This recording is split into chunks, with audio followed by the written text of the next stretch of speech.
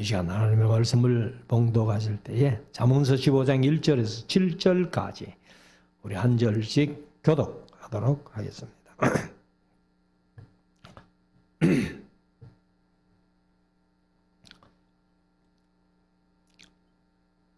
유순한 대답은 분노를 쉬게 하여도 과격한 말은 노를 격동하느니라.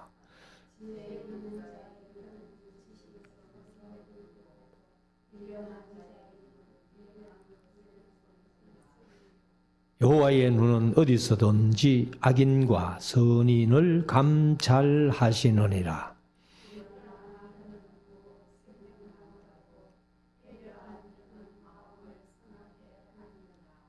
아비의 훈계를 업신여기는 자는 미련한 자요 경계를 받는 자는 슬기를 얻을 자니라.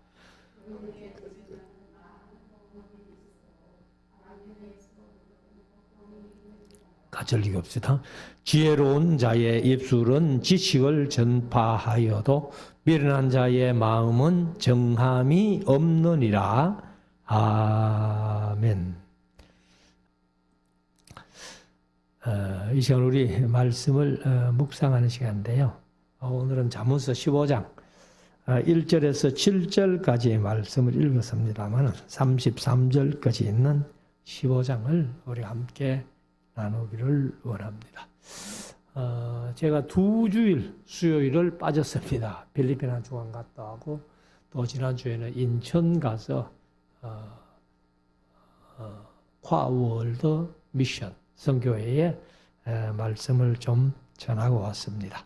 그래서 선사님이 이제 수요일 2분을 이렇게 말씀을 전했는데 오늘 저녁에는 잠언서 15장 이 말씀을 우리가 함께 나누며 묵상하기를 원합니다. 잠언하는 것은 마샬이라 해가지고 격언, 비유, 비교, 속담 이런 뜻들을 가지고 있다 이렇게 말씀을 드렸는데 사실 우리가 이제 성경 속에 창세기를 공부하면서 제가 말씀을 드렸습니다만 성경에는 약속이 있고 역사가 있고 그리고 명령이 있을 뿐만 아니라 예언도 있고 지혜도 있고 교훈과 찬양도 있다 이렇게 말씀드렸는데 물론 지혜가 이제 온 성경 속에 다 있죠. 다 있지만은 그러나 특별히 지혜서라고 한다면은 잠언서라고 그렇게 해도 과언이 아닐 정도로 잠언에 많은 지혜가 나옵니다. 그렇다고 잠언서만 지혜서는 아니에요. 성경 66권 전체가 다 우리에게 지혜를 주는 지혜서라고 보면은 틀림이 없습니다. 그래서 이제 이 잠언서 속에는 이제 지혜가 가장 많이 좀 이렇게 말씀을 하고 있다 하는 것을 우리가 봅니다.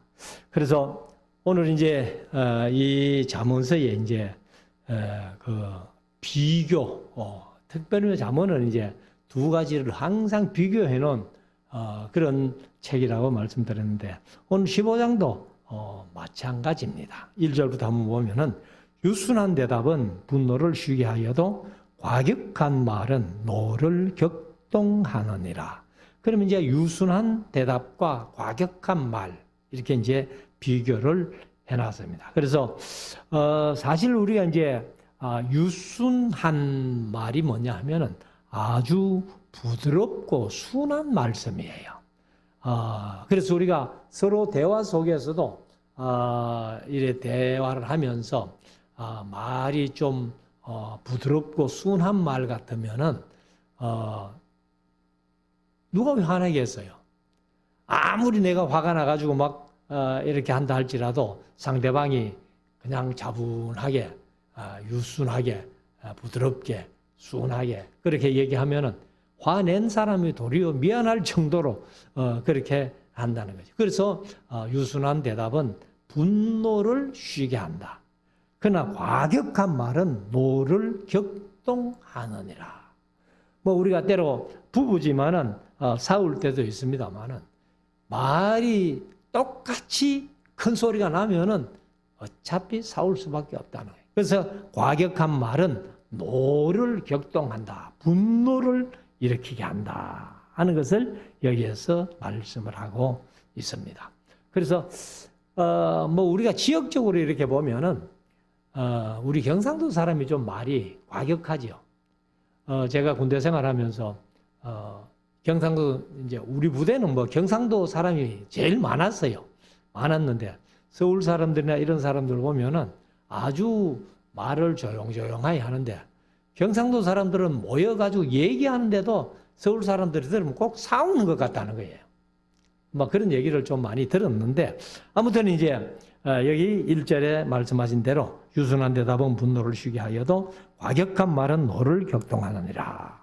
2절 지혜 있는 자의 혀는 지식을 선히 베풀고 미련한 자의 입은 미련한 것을 쏟느니라. 그러면 2절에 보면 혀를 얘기했고 입을 얘기를 했는데 다 같은 말을 얘기를 합니다. 그래서 이 혀와 말을 왜 따로 똑같은 말인데 한 부분은 혀로 표현하고 한 부분은 입으로 표현했나?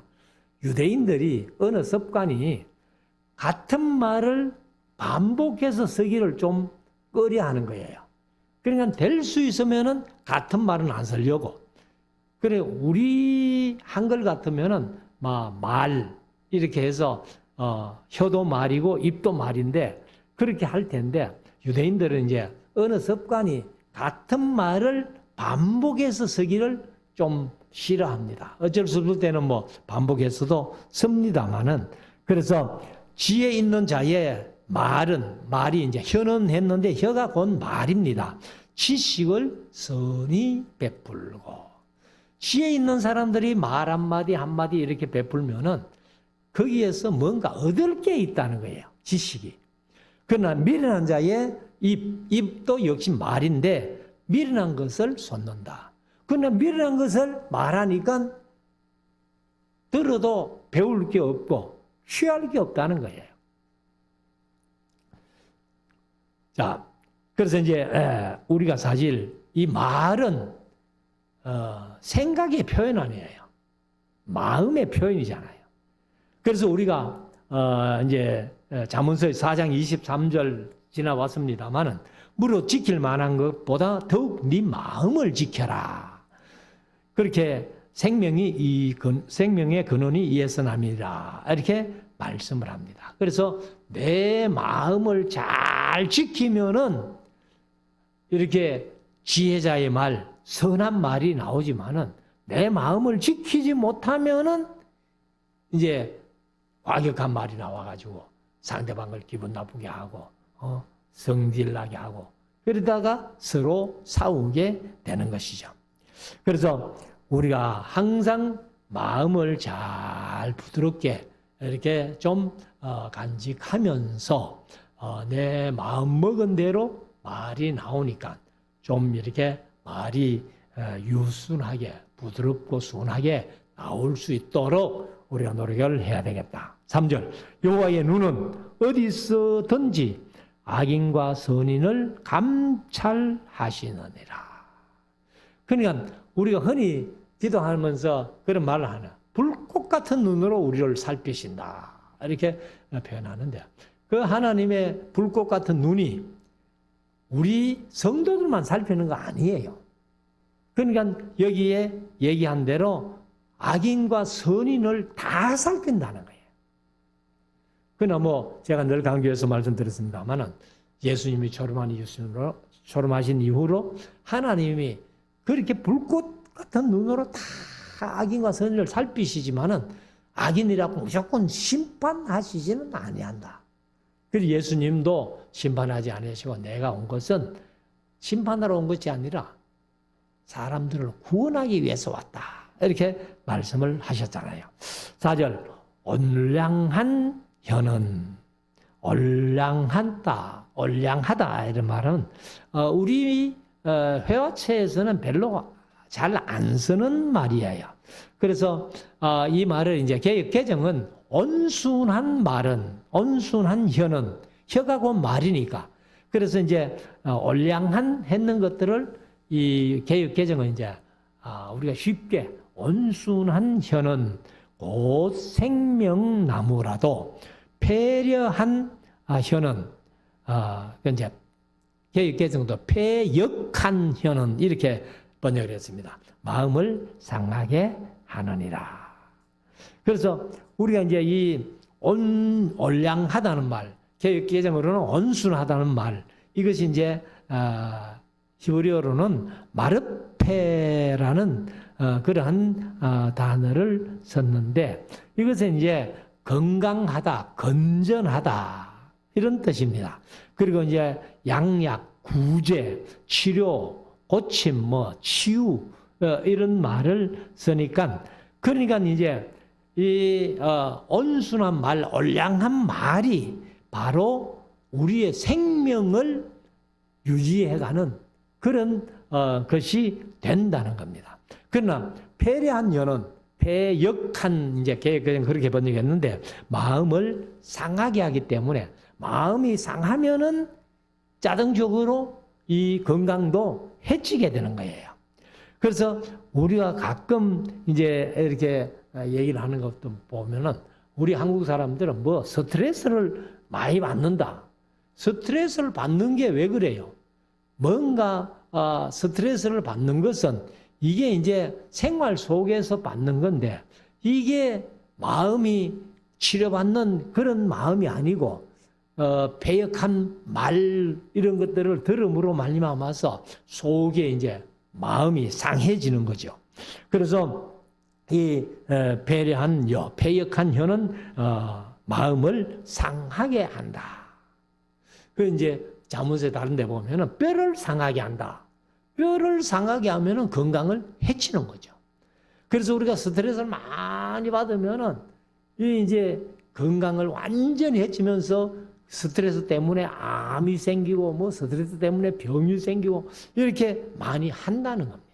그러니까 사전에 말씀하신 대로 올량한 혀, 온전한 혀는 이제 곧 생명나무라도 배려한 혀는 마음을 상하게 한다. 5절 아비의 훈계를 업신여기는 자는 미련한 자요 경계를 받는 자는 슬기를 얻을 자니라.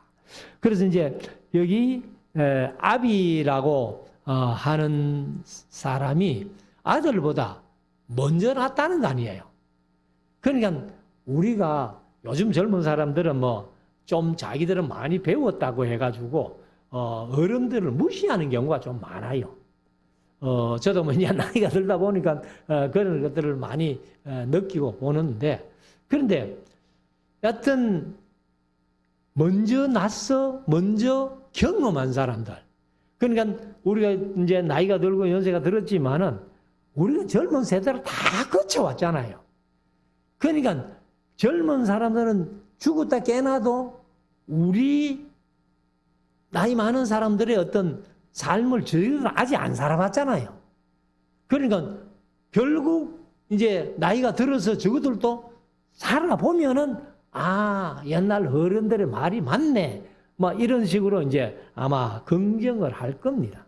그래서 우리가 먼저 났어. 먼저 경험했기 때문에 이제 경험담을 젊은 사람들에게 얘기를 할 때에 훈계를 업신여기는 자, 아비의 훈계를 업신여기는 자는 미련한 자라는 거예요. 그러니까 아버지가 나보다 먼저 세상을 살아봤기 때문에 내한테 훈계하는구나 하고 그 훈계를 받아들이면은 지혜로운 자가 되지만은 아비의 훈계를 멸시하는 자, 업신여기는 자는 미련한 자라는 거예요. 그리고 경계를 받는 자는 이제 아비의 훈계를 받는 자는 슬기를 얻는다. 그러니까 왜요? 경험을 얘기하기 때문에. 그래서 젊은 사람들이 경험하지 못한 것들, 연세 많은 분들이 경험했기 때문에 경험한 것을 얘기를 해주니까 그러니까 이제 슬기를 얻는다는 겁니다. 그래서 이 슬기를 얻는다는 말이 뭐냐 하면은 영리해진다는 거예요. 영리해진다. 머리가 좋아진다. 이런 그리고 또 여기 히브리어의 뜻을 보면은 이 주의하게 된다, 감시하게 된다, 뭐 이런 뜻을 가지고 있습니다. 그래서 어른들의 말을 듣고 내 삶을 돌아보면서 주의할 수 있다는 겁니다. 자, 6절. 악인의 집에는 많은 보물이 있어도 악인이 아니고 의인의 집에는 미안합니다. 의인의 집에는 많은 보물이 있어도 악인의 소득은 고통이 되느니라. 그래서 의인의 집에는 많은 보물이 쌓인다는 거죠. 보물이 뭐 꼭 금은 보화만이 아니고 사실 뭐 돈만 쌓이는 게 그게 좋은 건 아니에요. 그래서 가정이 화목하고 화평하고 서로 가족들이 신뢰가 있고 이런 것들이 사실은 보물이죠. 그런 것이 쌓이지만은 악인의 소득은 고통이 된다는 겁니다. 7절. 지혜로운 자의 입술은 지식을 전파하여도 미련한 자의 마음은 정함이 없느니라. 그래서 참 지식이라도 영원 불변의 진리가 담긴 지식을 전파하는 사람. 사실 영원 불변의 진리가 담긴 것이 뭐예요? 성경 말씀밖에 없어요. 하나님의 말씀만이 영원 불변의 진리가 담긴 지식이라는 거예요. 그래서 그런 것들을 전파하는 사람들은 아주 지혜롭고 복된 사람이 되지만은 미련한 자의 마음은 정함이 없다. 마음을 붙이지 못한다는 거예요. 그래서 이 미련한 자들은 자기 마음도 자기가 어떻게 할 줄을 모르는 그런 어리석은 삶이 된다는 겁니다. 8절. 악인의 제사는 여호와께서 미워하여도 정직한 자의 기도는 그가 기뻐하시느니라. 사실 이제 악인의 제사 하면은 우리 성경에서 생각나는 제사가 뭐예요? 창세기 4장에서 가인의 제사. 그리고 의인의 제사는 아벨의 제사. 이렇게 되잖아요.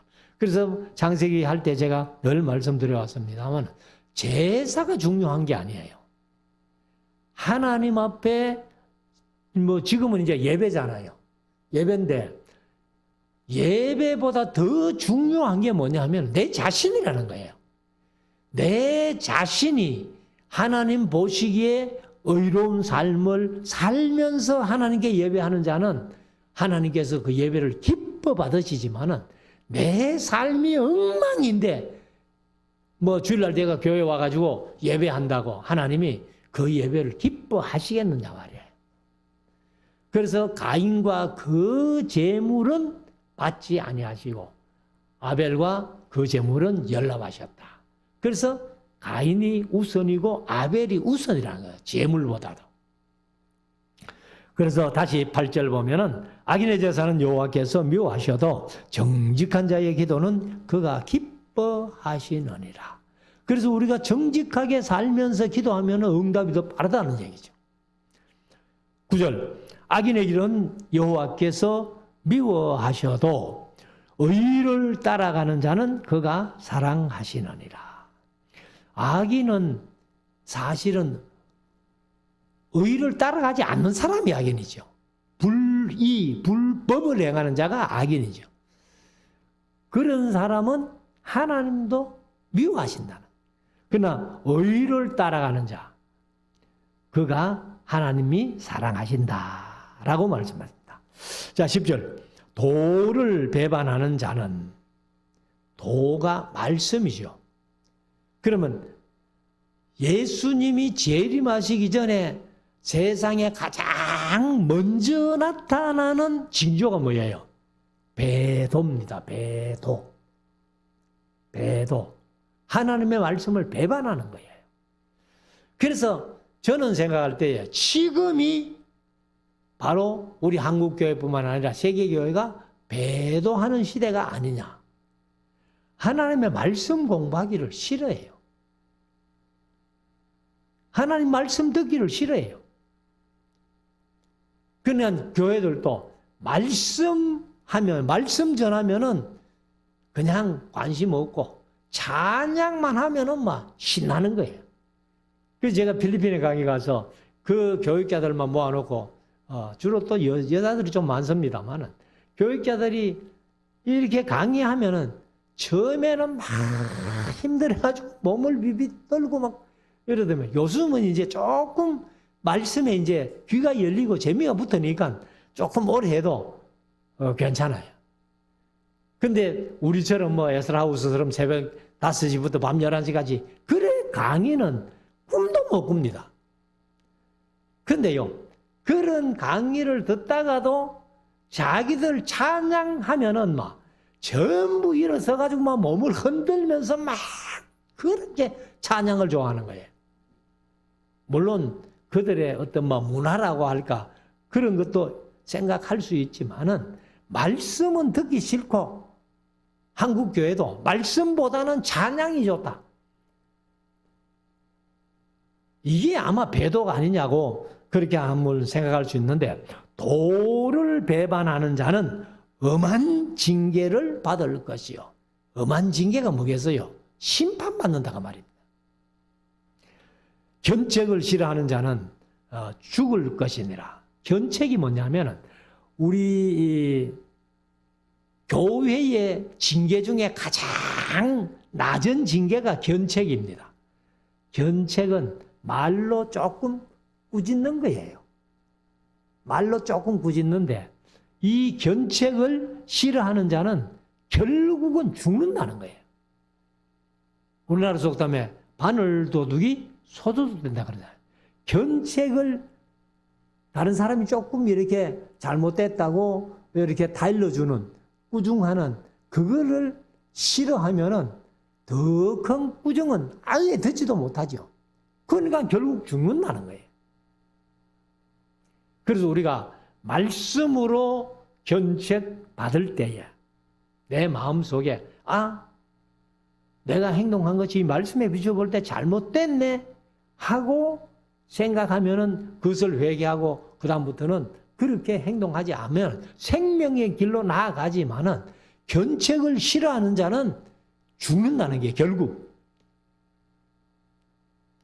그래서 견책이 쌓여가지고 아예 악인이 되고 결국은 도를 배반하고 하나님을 떠나고 지옥 갈 수밖에 없는 이런 형편이 되고 만다는 겁니다.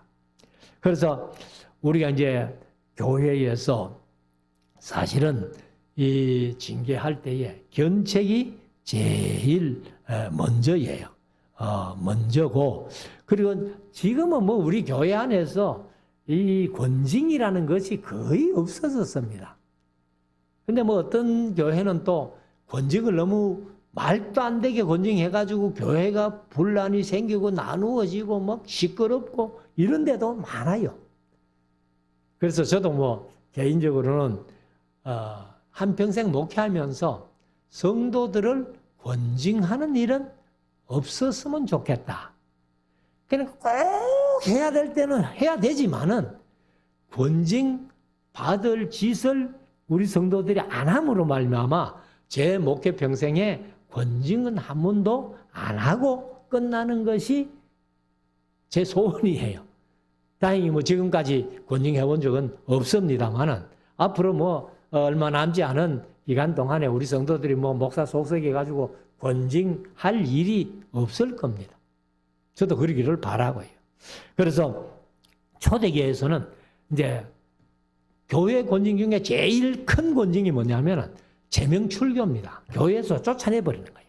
그러니까 교회 이름에 재버리고 그리고 나가거라 해서 쫓아내버리는 건데 초대교회 시대는 이 제명출교가 얼마나 겁나는가 하면은 초대교회는 조명출교하면서 그 공포를 그렇게 한다는 겁니다. 내가 누구를 성부와 성자와 성령의 이름으로 사탄에게 내어주노라 하고 쫓아내버린다는 거예요. 그러니까 그렇게 쫓겨나간 사람들은 오래 못 산다는 겁니다. 아마 하나님께서 그 육신은 죽어도 영혼을 구원하시기 위한 어떤 그런 계획이 아니냐 아마 그렇게도 우리가 생각을 해볼 수 있습니다만 아무튼 여기 이제 10절에 보면은 도를 배반하는 자는 엄한 징계를 받는다. 엄한 징계가 결국은 지옥 간다 그 말이죠. 말씀을 배반하면. 그리고 견책을 싫어하는 자는 그것이 쌓이면은 결국 죽게 된다. 11절 음부가 이제 히브리어로 쉐올인데 개역 개정은 소울이라고 번역했어요. 그래서 음부를 소울과 이렇게 했는데 유명도 개역 개정은 아비돈도 이렇게 했는데 이게 이제 뭐냐면 유명이 뭐냐면 아주 깊은 바다를 얘기합니다. 심년이라 그러죠.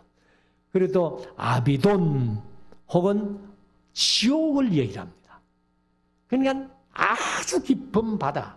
아마 지구에서는 제일 깊은 바다가 필리핀 너디 해역이 제일 깊은 바다라고 그렇게 얘기를 하고 있습니다만, 그 이제 음부도 얕은 지옥을 상징하는 거죠. 무덤이란 뜻인데 죽은 자의 거처, 무덤 이런 뜻인데 아무튼 이제 지옥을 또 소울이라고도 그렇게 표현하고 유명이 이제 아비돈, 개역 개정은 아비돈이라 번역했는데 아비돈이 곧 10년 지옥 막 이런 뜻을 가지고 있습니다. 그래서 여호와 앞에 드러나거든 아무리 깊은 바다라도 그 속에 무엇이 있는지 하나님은 다 아신다는 거예요. 지옥도 하나님이 만드셨기 때문에 다 아시는 거예요. 그래서 여호와 앞에 드러나거든 하물며 인생의 마음이리요. 그냥 하나님께서는 우리의 내가 생각하는 마음까지도 다 알고 계신다는 거예요. 그냥 하나님 앞에 뭐가 드러나지 않을 것이 아무것도 없다. 자, 12절 거만한 자는 견책받기를 좋아하지 아니하며 지혜 있는 자에게로 가지도 아니하느니라. 그러니까 이게 교만이고 거만이라는 거예요. 13절 마음의 즐거움은 얼굴을 빛나게 하여도 마음의 근심은 심령을 상하게 하느니라. 그래서 우리가 마음에 즐거움이 있으면 얼굴에 나타나죠. 그래서 얼굴만 딱 보면은 야 당신 뭐 좋은 일 있나? 다른 사람도 그런 걸 느낀다는 거예요. 그런데 마음의 근심은 심령을 상하게 한다. 14절 명철한 자의 마음은 지식을 요구하고 미련한 자의 입은 미련한 것을 즐기느니라. 그러니까 미련한 자의 입이 곧 말인데 그러니까 미련한 자의 말은 그걸 또 즐긴다는 거예요. 그러니까 자기가 엉뚱하게 욕을 하고 막 그렇게 하면서도 자기는 욕이라고 생각을 안 한 거예요. 그래서 미련한 자의 입은 미련한 것을 즐긴다고 그렇게 표현을 하고 있습니다. 자, 15절. 고난받는 자는 그 날이 다 험악하니 마음이 즐거운 자는 항상 잔치하느니라. 그래서 고난받는 자는 그 날이 다 험악하나. 사실 그렇잖아요. 내가 막 고난 속에 있다면은 하루하루가 험악한 날밖에 없잖아요. 그렇지만은 마음이 즐거운 자는 항상 잔치하느니라. 그러니까 마음이 즐겁지 않으면 잔치가 안 되는 거죠. 16절 가산이 적어도 여호와를 경외하는 것이 크게 부하고 번뇌하는 것보다 나으니라. 그래서 이 돈 많은 사람은 항상 번뇌가 많다는 거예요. 이 돈을 누가 훔쳐가지 아니할까? 내 재산을 누가 뺏어가지 아니할까? 막 이런 걱정, 근심 그게 많지만은 그러나 갓산이 적으면은 그런 번뇌가 없기 때문에 갓산이 많고 번뇌하는 것보다는 갓산이 적어도 여호와를 경외하는 것이 낫다는 거예요. 그럼 우리가 예수 믿으면서 비록 다른 사람만큼 돈 많이 없어도 내 마음에는 항상 하나님이 함께 계시니까, 예수님이 함께 계시니까, 성령님이 함께 계시니까 항상 즐겁게 그렇게 살아갈 수 있다는 겁니다. 그러니까 돈 많고 번다는 것보다는 비록 가난하고 돈이 없어도 여호와를 경외하는 게 훨씬 낫다. 17절 여간 채소를 먹으며 서로 사랑하는 것이 살찐 소를 먹으며 서로 미워하는 것보다 나으니라. 그런데 살찐 소를 계속 먹으면요 건강에 좋겠어요? 절대로 안 좋습니다. 그러니까 차라리 채식하는 게 훨씬 낫다. 여간 채소를 먹으며 서로 사랑하는 것이 살찐 소를 매일 먹으면서도 서로 미워하는 것보다는 훨씬 낫다는 거예요. 그러니까 우리의 밥상이 진수성찬이 아니어도 사랑하는 마음으로 이렇게 같이 식사를 나누면 그것이 잔치죠. 근데 뭐 살찐 소를 잡아놓고 서로 아웅다웅 미워하는 거 그건 잔치도 아니잖아요. 자, 18절. 분을 쉽게 내는 자는 다툼을 일으켜도 노하기를 더디하는 자는 시비를 거치게 하느니라. 그러면 분을 서로 쉽게 내면은 부딪힐 수밖에 없죠. 그러나 노하기를 더디하는 자, 한 번 더 생각해보고 하는 사람은 시비를 할 일이 없다는, 거치게 한다는 거예요. 19절 결혼자의 길은 가시 울타리 같으나 정직한 자의 길은 대론이라. 그래서 성경은 항상 게으름을 얘기를 하잖아요. 달란트 비유 속에서 한 달란트 종이 두 가지 죄예요. 악하기도 하지만은 게으른 것. 그래서 하나님 앞에 악한 것도 안 되지만은 게으른 것도 안 된다는 거예요.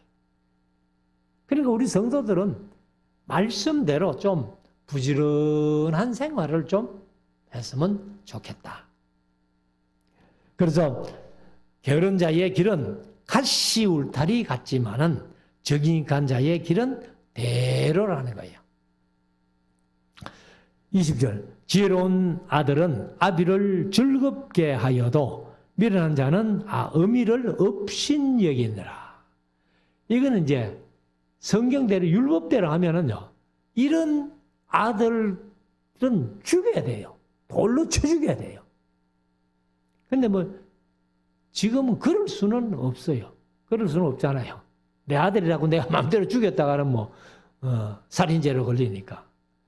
그렇지만은 지혜로운 아들은 아비를 항상 즐겁게 기쁘게 그렇게 하는데 미련한 자는 엄마를 업신여긴다는 거예요.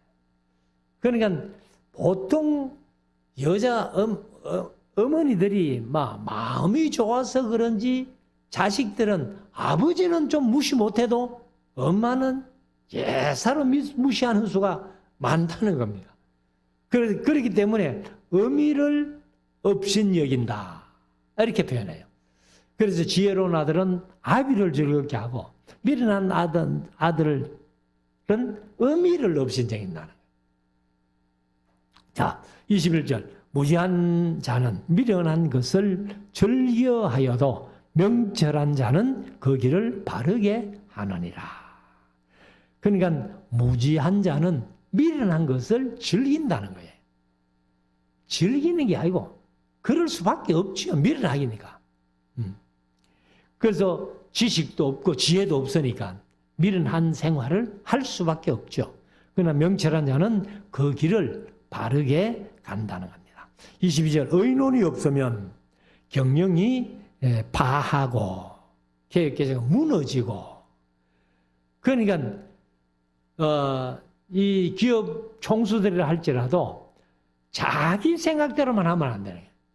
밑에 참모들이 좋으면은 기업도 뭐 우리나라도 마찬가지예요. 대통령이 뭐 윤석열 대통령이 혼자서 다 할 수 없잖아요.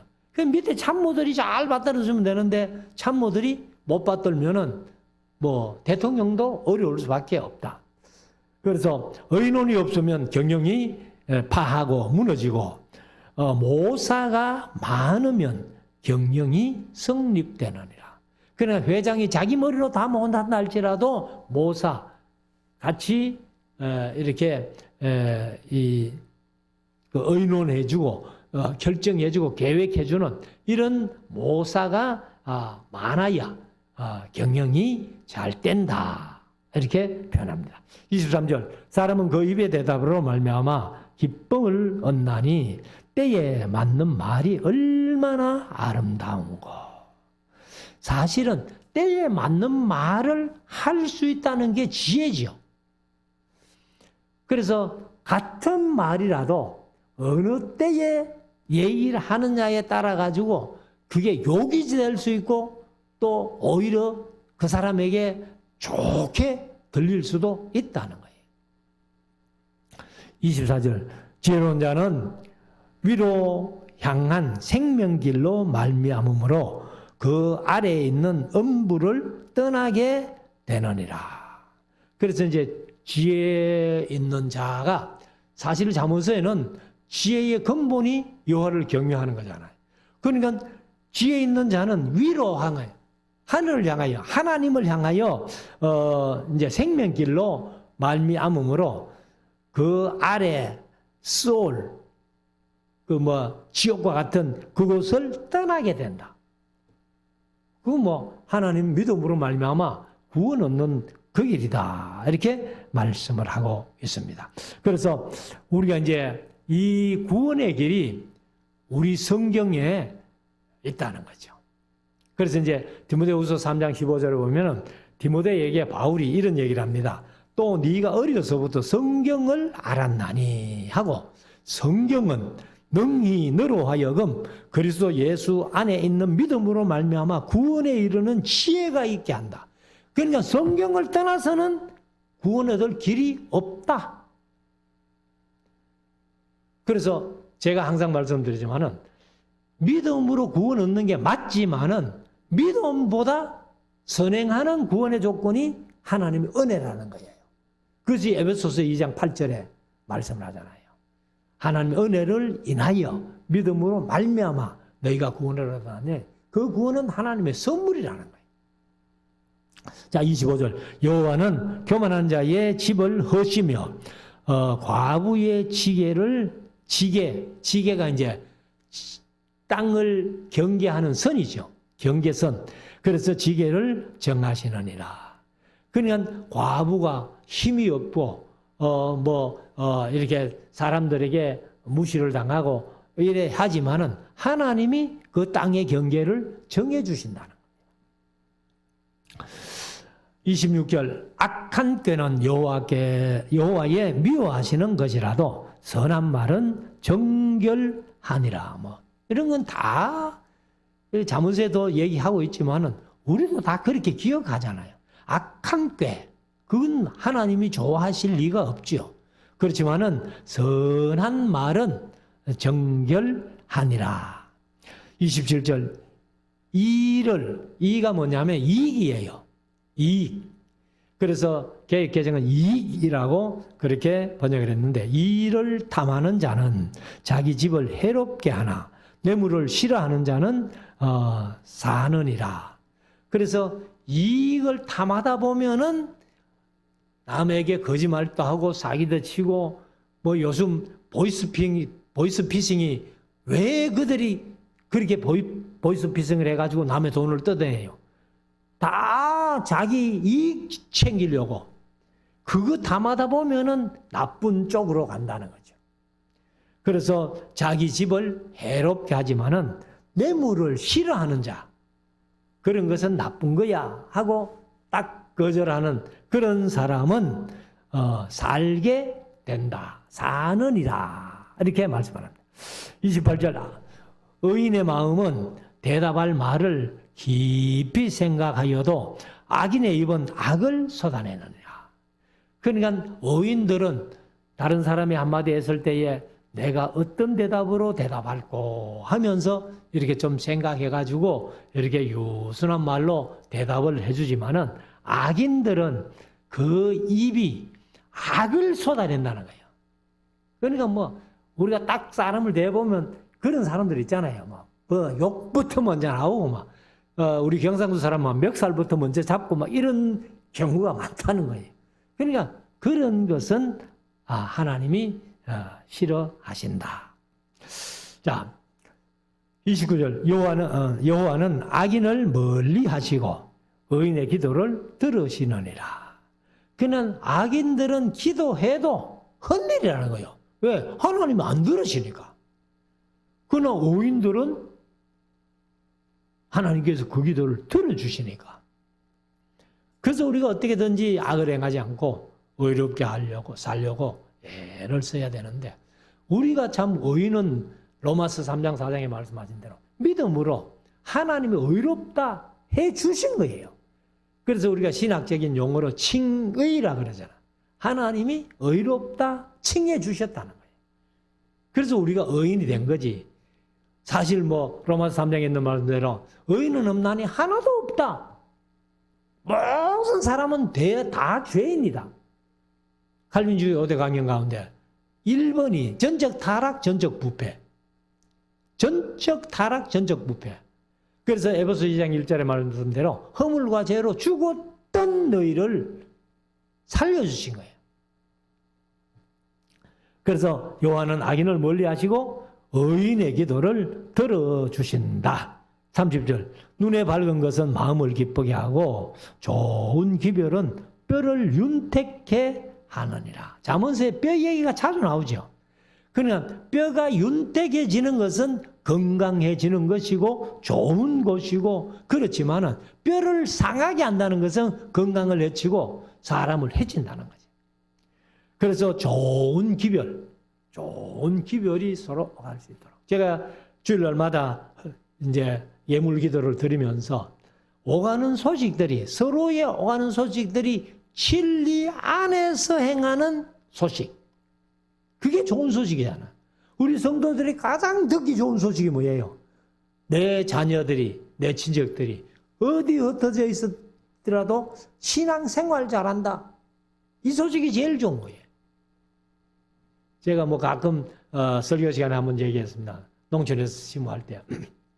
농촌에 대구만 해도 서울로 다 올라가니까 또 자식들이 좀 많이 흩어져 사는데 농촌에 더 하잖아요. 그래서 이제 자식들이 나가가지고 이렇게 진급하고 이렇게 좀 잘 되면은 부모들이 은근히 이제 목사에게 와서 자랑해요. 우리 아들이 뭐로 진급했답니다. 그럼 이제 제가 축하를 해주죠. 축하해주는데 제가 꼭 한마디 더 물어봅니다. 그래, 과장 진급된 거 축하합니다. 그런데 그 아들이 신앙생활은 어떻게 한답니까? 그러면 말을 흐리는 거예요. 그러면 신앙생활을 옳게 안 한다 그 말이거든. 그런 거 자랑하지 마라. 과장된 게 뭐 중요하냐? 신앙생활 잘하는 게, 그게 진리 안에서 행하는 게 그게 제일 듣기 좋은 소리인데, 그러면 우리의 자식들도 우리의 자녀들도 어디 가서든지 간에 신앙생활 잘한다 하는. 그래서 제가 제일 듣기 좋은 소리가 뭐냐면, 목사님 우리 아들 요번에 장로 됐습니다. 우리 아들 권사 장립비사 됐습니다. 우리 딸이 권사 됐습니다. 그런 소리가 얼마나 좋아요. 자, 31절 생명의 경계를 듣는 자 귀는 지혜로운 자 가운데 있느니라. 생명의 경계를 듣는 자.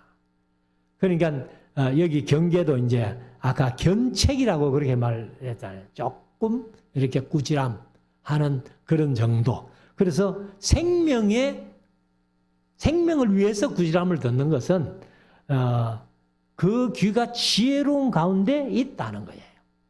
그러나 32절 훈계를 싫어하는 자는 자기의 영혼을 경히 여긴다. 그러니까 말씀으로 훈계를 싫어하는 자는 영혼을 아예 내 영혼은 잘 되는 게 싫다. 그러니까 내 영혼이 잘 되는 게 싫으면 천국 가기 싫다고 말 아니에요. 그래서 훈계받기를 싫어하는 자는 자기의 영혼을 경히 여김이라. 견책을 달게 받는 자는 지식을 얻느니라. 그냥 꾸지람을 달게 받으면은 그 꾸지람 속에 내 지식이 쌓이고 지혜가 쌓인다는 겁니다. 자, 마지막 33절. 여호와를 경외하는 것은 지혜의 훈계라. 그러니까 훈계가 바로 교훈이고 견책이고 때로는 징계도 포함되어 있는 거예요. 그래서 여호와를 경외하는 것은 지혜의 훈계라는 겁니다. 그러니까 하나님을 우리가 경외하기 때문에 하나님의 말씀을 보고 말씀이 다 잘 된다, 복 준다 이 말씀만 있는 게 아니잖아요. 성경 속에는요, 훨씬 이스라엘 백성들이 잘못해가지고 두들겨 맞고 징계받고 저주받고 하는 일이 훨씬 더 많아요. 그런데 그것을 이제 우리가 말씀을 통해서 이 훈계를 받는 거죠. 그래서 여호와를 경외하는 것은 지혜의 훈계라. 겸손은 존귀의 앞잡이다. 겸손해지면은 항상 하나님도 우리를 존귀하게 여기실 뿐만 아니라 세상이 우리를 존귀하게 본다는 겁니다.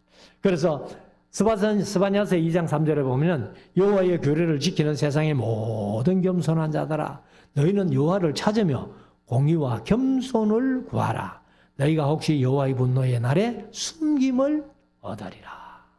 그러니까 겸손한 하나님의 훈계를 받고 겸손해지는 자를 여호와의 분노의 날, 구약 같으면 예루살렘이 멸망하는 날, 그 다음에 지금 같으면 예수님 제일 마시고 지구가 멸망할 때에 하나님께서 불이 섞인 유바로 숨겨주신다. 그러니까 숨김을 받을 수 있는 자들은 하나님의 훈계로 말미암아 겸손해지는 자들이 마지막 날 여호와의 분노의 날 7 대접을 쏟는 엄청난 그 환난 속에 우리가 숨김을 받을 수 있다. 이렇게 말씀합니다. 그러니까 다시 말씀드리면 하나님 경외하는 것이 항상 지혜롭고 또 마음이 깨끗해지면서 명철하고 겸손한 마음을 가질 수 있다는 거예요. 그래서 우리가 다시 한번 말씀드리지만 우리는 성경을 통해서 항상 훈계를 받아서 내 마음을 겸손하게 만들어가는, 그래서 하나님 앞에 존귀함을 받을 수 있는 우리 모두가 될 수 있기를 주의 이름으로 축원합니다. 기도드리겠습니다.